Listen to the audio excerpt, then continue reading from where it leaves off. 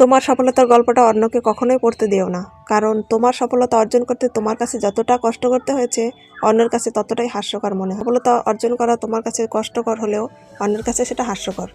আর অন্যের কাছে হাস্যকর হিসেবে পরিচিতি না পাওয়ার থেকে অন্যের কাছ থেকে দূরে সরে থাকা অনেকটাই ভালো, কারণ এটা তোমার কাজের জন্য উপকার আর তোমার ব্যক্তিগত জীবনের জন্য কিছুটা উপকারে আসে।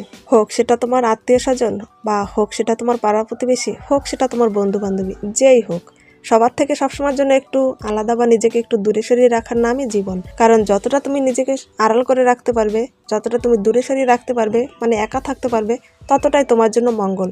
তার কারণ হচ্ছে তুমি যতটা এদের সঙ্গে জড়িয়ে পড়বে বা তাদের কথা মতো চলবে, তাদের মত মতো চলবে, ততটাই তোমার সবসময়ের জন্য বিপদ ডেকে আনবে। তার কারণ হচ্ছে তাদের মন জুগিয়ে চলতে হবে তোমাকে, তোমার তাদের কথা মতো শুনতে হবে, তাদের কথায় উঠতে হবে, বসতে হবে, তাদের কথায় যেতে হবে কোথাও।